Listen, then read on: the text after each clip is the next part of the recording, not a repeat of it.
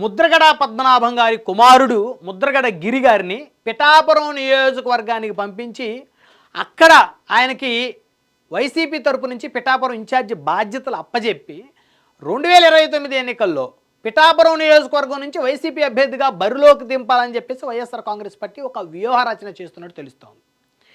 అయితే ప్రస్తుతం పిఠాపురం నియోజకవర్గానికి పవన్ కళ్యాణ్ గారే ప్రాతినిధ్యం వహిస్తూ ఉన్నారు. ఆంధ్రప్రదేశ్ రాష్ట్ర ఉప ముఖ్యమంత్రిగా ఉన్నారు. ప్రభుత్వంలో కీలకమైనటువంటి భాగస్వామిగా ఉన్నారు. అయితే ఆయన్ని ఎలాగైనా సరే దెబ్బ కొట్టాలనేటువంటి ఒక వ్యూహాన్ని వైఎస్ఆర్ కాంగ్రెస్ పార్టీ తెర వెనుక నుంచి రచిస్తూ ఉంది. మరి గత ఎన్నికల్లో చూస్తే వంగా గీత గారి మీద జనసేన అధినేత పవన్ కళ్యాణ్ గారు 70,000 మెజార్టీతో గెలిచారు.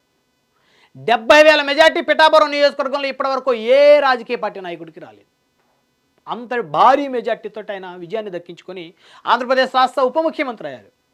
అయితే అలాంటి పవన్ కళ్యాణ్ గారిని ఎలాగైనా సరే కనీసం ఆయన మెజార్టీనైనా తగ్గించాలని ముద్రగడ గారి కుటుంబాన్ని పిఠాపురం పంపాలనుకున్నారు.